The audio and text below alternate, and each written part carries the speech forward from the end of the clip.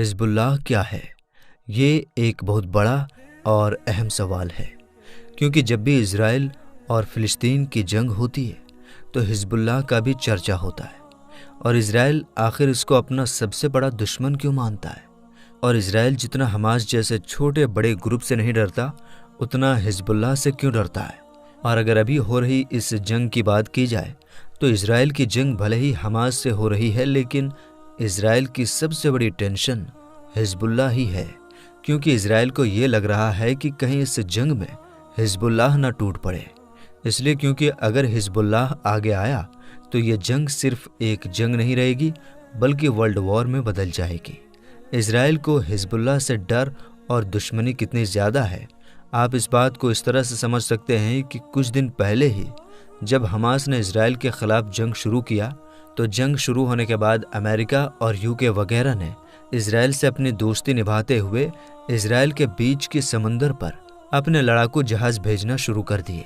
America के हिसाब से ये लड़ाकू जहाज़ इसलिए भेजे गए ताकि इसके आसपास जो दूसरे देश हैं वो इस जंग में कूदकर इस जंग को वर्ल्ड वॉर में ना बदल दें।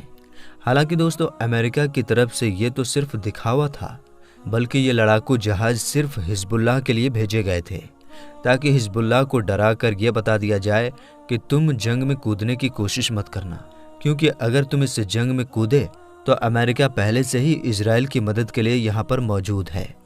खैर दोस्तों, हिज़्बुल्लाह भी अपना सबसे बड़ा दुश्मन इज़राइल को ही मानता है।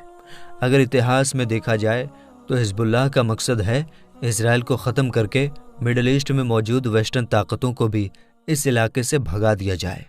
लेकिन कुल मिलाकर सवाल यही है कि हिज़्बुल्लाह आखिर है क्या? हमास और हिज़्बुल्लाह में क्या फ़र्क है?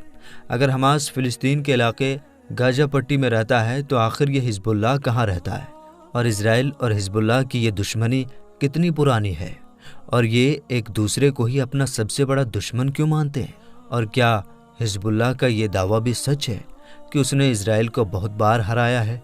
वरना तो दुनिया भर की मीडिया हमें यही बताती आ रही है कि इज़राइल कभी किसी से नहीं हारा।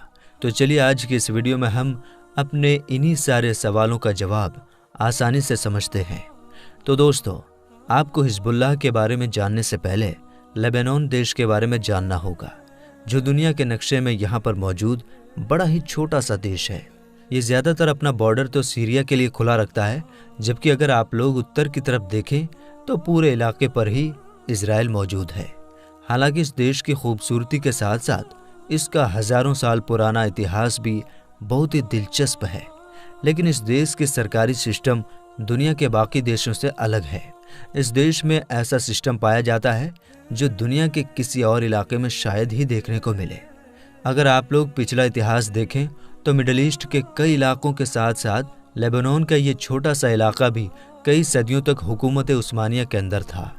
मगर जब पहला वर्ल्ड वॉर हुआ तो हुकूमत सुल्तानिया ख़त्म हो गई और लेबनान के इस इलाके पर फ्रांस ने कब्जा जमा लिया। दूसरे वर्ल्ड वॉर के वक्त कई इलाकों की तरह लेबनान देश को भी आज़ादी मिली और यहाँ मुसलमान के साथ साथ ईसाइयों की भी तादाद अच्छी खासी थी।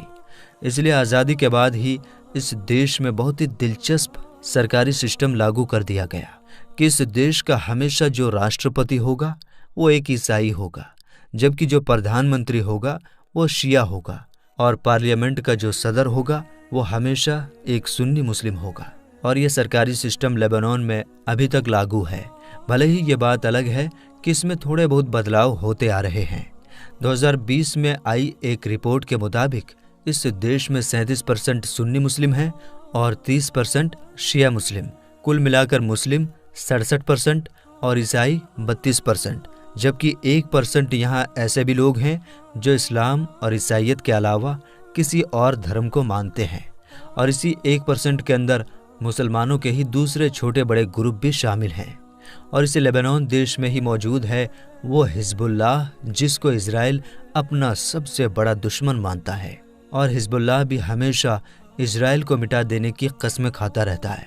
दोस्तों, 1948 में जब से इज़राइल देश बना है और जब से उसने फ़िलिस्तीन पर कब्ज़ा करना शुरू किया है, यानी जब जब इज़राइल ने फ़िलिस्तीन पर कब्ज़ा किया है, तब तब इसकी वजह से कई सारे फ़िलिस्तीनी लोगों को अपना घर बार छोड़कर आसपास के इलाके जैसे गाज़ा पट्टी, इजिप्ट, जॉर्डन और लेबनान वगैरह में रिफ्यूजी बनकर जाना पड़ा है। और जब जब इजराइल का कब्जा फिलिस्तीन पर बढ़ता गया, फिलिस्तीन से जाने वाले रिफ्यूजीज की तादाद भी लेबनान में बढ़ती चली गई। और जब इनकी तादाद बहुत ज़्यादा बढ़ गई तो ये अपने दुश्मन से बदला लेने के बारे में सोचने लगे और पीएलओ जैसे बड़े बड़े ग्रुप बनने लगे। यहाँ पर मौजूद जो छोटे बड़े ग्रुप थे वो इजराइल को वैसे ही टक्कर देते थे जैसी टक्कर आज हमास इजराइल को दे रहा है। फिर वक्त आया 1975 का कि जब लेबनान अंदर से काफ़ी कमज़ोर हो गया। इस देश के अंदर ही आपसी जंग शुरू हो गई। इजराइल ने देखा कि जब अंदर ही जंग चल रही है तो उसने मौका देखकर लेबनान के ऊपर हमला कर दिया, ये सोचकर कि वो लेबनान के एक बहुत बड़े इलाके पर भी कब्जा कर लेगा और यहाँ भी अपनी एक नई हुकूमत बनाएगा जो उसके अंडर ही में काम किया करेगी। हालांकि लेबनान पर हुकूमत करने वाले लोग ज़ाहिरी तौर पर तो लेबनान के ही होंगे, लेकिन उनको कंट्रोल इजराइल से किया जाएगा। शुरुआती हमले में इजराइल अपने मकसद में काफ़ी कामयाब भी हुआ और वो लेबनान के ज़्यादातर इलाके को अपने कंट्रोल में लेने में कामयाब हो गया। जो दक्षिण का पूरा लेबनान था उस पर इजराइल ने कब्जा कर लिया। और जब 1979 का ज़माना आया तो ईरान में मौजूद पुरानी प्रो वेस्टर्न गवर्नमेंट वहाँ से जा चुकी थी। और जब ईरान में एक नई इस्लामिक गवर्नमेंट बनी तो यहाँ हुकूमत का बदलना था कि मिडल ईस्ट की राजनीति में हमेशा हमेशा के लिए एक बड़ा बदलाव आया। ईरान ने बड़ी तेज़ी के साथ लेबनान के अंदर जितने भी ऐसे लोग थे जो इजराइल से जंग करना चाहते थे या जंग कर रहे थे उनको सपोर्ट करना शुरू कर दिया। और फिर उसी वक्त 1982 में इजराइल से टक्कर लेने के लिए और इजराइल को बाहर खदेड़ने के लिए एक नया ग्रुप बनाया जिसका नाम हिजबुल्लाह रखा गया। हिजबुल्लाह एक शिया मुस्लिम ग्रुप है कि जिसको ईरान ने ही अंदरूनी तौर पर खड़ा किया था और आज तक लगातार वो उसकी खुले तौर पर मदद करता रहा है। धीरे धीरे हिजबुल्लाह ईरान की मदद से लेबनान के अंदर अपना पैर पसारने के साथ साथ काफ़ी ताकतवर भी बनता चला गया। इजराइल ने शुरू में तो हिजबुल्लाह को काफ़ी हल्के में ले लिया। उसको लगा कि जिस तरह से फिलिस्तीन के बाकी छोटे बड़े ग्रुप होते हैं इसी तरह से ये भी ग्रुप है। मगर हिजबुल्लाह को हल्के में लेना इजराइल की सबसे बड़ी भूल साबित हुई।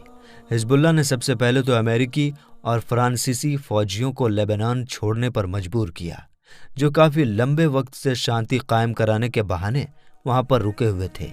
उसके बाद उस इजराइल से भी एक लंबी जंग शुरू की जो पूरे दक्षिणी लेबनान पर कब्जा करके बैठा था। हिजबुल्लाह के लड़ाकों के बारे में ये माना जाता है कि ये अफगानिस्तान के तालिबानियों की तरह गुएरिला वॉर में काफ़ी आगे हैं। इजराइल से लड़ने के लिए इन्होंने काफ़ी खुफिया सुरंग वगैरह भी बनाई थी और उन्हीं सुरंगों की मदद से ही ये एडवांस टेक्नोलॉजी से लैस इजराइल को भी हमेशा चकमा दे दिया करते थे। वैसे इजराइल ने इस उभरते हुए हिजबुल्लाह को काफ़ी दबाने की कोशिश की और इसको ख़त्म करने की भी कोशिश की, मगर वो नाकाम रहा और आखिरकार साल 2000 में एक लंबी जंग के बाद न सिर्फ उसको पूरा दक्षिण लेबनान खाली करना पड़ा बल्कि बगैर किसी शर्त और बगैर किसी ढील के अपनी फ़ौज को वापस इजराइल में लेकर आना पड़ा। यह हिजबुल्लाह की एक बड़ी जीत थी कि जिसको न सिर्फ वो आज तक सेलिब्रेट करता है बल्कि अरब देशों के सामने एक मिसाल के तौर पर भी पेश करता है कि देखो जो तुम न कर सके वो हमने कर दिखाया। साल 2000 के बाद फिर 2006 में भी हिजबुल्लाह और इजराइल के बीच एक जंग देखने को मिली। इस जंग का नतीजा भी इजराइल के लिए बड़ा ही घातक और ख़तरनाक साबित हुआ। हिजबुल्लाह की तरफ से उसको ऐसी टक्कर देखने को मिली कि जिसके बारे में उसने शायद कभी सोचा भी नहीं था।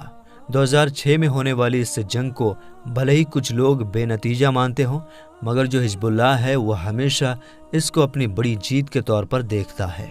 दोस्तों, साल 2000 में जब हिजबुल्लाह इजराइल की फ़ौज को बाहर निकालने में कामयाब हो गया था और जीत का जश्न मना रहा था, तभी हिजबुल्लाह की तरफ से हुए एक बड़े जलसे में एक बयान दिया गया जिसमें ख़ास तौर से फ़िलिस्तीनी लोगों को कहा गया था कि फ़िलिस्तीनी लोगों, तुम्हारी तकदीर तुम्हारे हाथों में है। दुनिया भले ही तुम्हें अकेला छोड़ दे मगर तुम खुद ही अपनी छीनी हुई ज़मीन और अपने छीने हुए हक को हासिल कर सकते हो, बिल्कुल वैसे ही जैसे लेबनान ने अपनी ज़मीन और अपने हक को हासिल किया है। ऐसा माना जाता है कि हमास से जुड़े हुए लोग भी कहीं न कहीं हिजबुल्लाह के इन्हीं बातों से मुतासिर हुए थे और उन्होंने इस तरह की जंगों की तैयारी शुरू की थी कि जिस तरह की जंग वो आजकल कर रहे हैं। हिजबुल्लाह को कंट्रोल करने के लिए साल 2013 में अमेरिका और बाकी यूरोपियन देशों की तरफ से एक फैसला लिया गया जिसके मुताबिक हिजबुल्लाह को एक आतंकवादी संगठन घोषित कर दिया गया।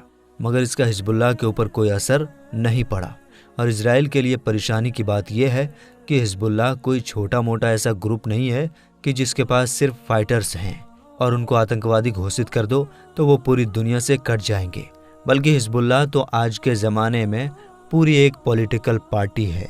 उसके अलावा उसकी अपनी एक खुद की मिलिट्री भी है। साथ ही लेबनान के अंदर पब्लिक का उसके पास भारी सपोर्ट है। उसके बेशुमार लोग इलेक्शन जीतकर लेबनान की पार्टियों में मौजूद हैं। बल्कि माना तो ये जाता है कि जो पूरा दक्षिणी लेबनान है उसके अंदर तो हिजबुल्लाह अपना ही राज चलाता है। मतलब आधे से ज़्यादा लेबनान के अंदर हिजबुल्लाह की अपनी ही हुकूमत चलती है। फिलहाल इजराइल और हिजबुल्लाह के बीच ज़बानी जंग तो हमेशा चलती रहती है और इजराइल क्योंकि इसको अपना सबसे बड़ा ख़तरा मानता है इसलिए उत्तर के इलाके में ज़्यादातर हमेशा चौकन्ना रहता है। मगर अब जब हमास की तरफ से जंग शुरू की गई थी तो इस जंग में भी हिजबुल्लाह उन शुरुआती लोगों में से था कि जिन्होंने हमास का सबसे पहले साथ दिया, बल्कि ये भी कहा कि अगर आगे ज़रूरत पड़ी तो हम लोग भी इस जंग में जुड़ जाएंगे। साथ ही साथ ईरान का बयान भी आया था कि अगर हिजबुल्लाह इस जंग में कूदता है या हिजबुल्लाह को इस जंग में कूदने के लिए मजबूर किया गया तो ईरान भी खुलकर हिजबुल्लाह का वैसे ही साथ देगा जैसा वो देता आया है। वैसे तो हिजबुल्लाह पूरी तरह अभी इस जंग में शामिल तो नहीं हुआ है, मगर पिछले कुछ दिनों से लगातार इस तरह की खबरें ज़रूर आ रही हैं कि उत्तर के इलाके में भी मतलब दक्षिणी लेबनान और उत्तरी इजराइल का जो इलाका है उसमें जंग की हलचल सुनाई दे रही है। बल्कि दोनों तरफ से कई मौतों की भी खबर आई है क्योंकि रुक रुक कर दोनों ही तरफ से एक दूसरे के ऊपर हमले किए जा रहे हैं। इंटरेस्टिंग बात तो यह है कि इजराइल से बार बार हिजबुल्लाह के बारे में सवाल पूछा जा रहा है कि वो इस जंग में कूदा है या नहीं, या कूदेगा कि नहीं, तो इजराइल भी इसको टालने की कोशिश कर रहा है। यानी इजराइल खुद भी नहीं चाह रहा है कि हिजबुल्लाह इस जंग में शामिल हो जाए। इसलिए अमेरिका और यूके जैसे देशों की तरफ से समुद्री लड़ाकू जहाज मंगवाकर उनको वहां पर खड़ा करके हिजबुल्लाह को अंदरूनी तौर पर धमकाने की कोशिश की जा रही है। एक्सपर्ट्स मानते हैं कि इजराइल जानता है कि अब हिजबुल्लाह पुराना हिजबुल्लाह नहीं रहा है, बल्कि दुनिया में जैसे जैसे ईरान की ताकत बढ़ी है वैसे वैसे हिजबुल्लाह भी अब हद से ज़्यादा ताकतवर हो चुका है। इसलिए हमास के अलावा अगर हिजबुल्लाह भी इस जंग में शामिल हो जाता है तो इजराइल अच्छी तरीके से जानता है कि ये जंग किस तरफ चली जाएगी। फिलहाल दोस्तों आज की इस वीडियो में बस इतना ही। मिलेंगे एक और अगली वीडियो के साथ, तब तक के लिए अस्सलाम वालेकुम।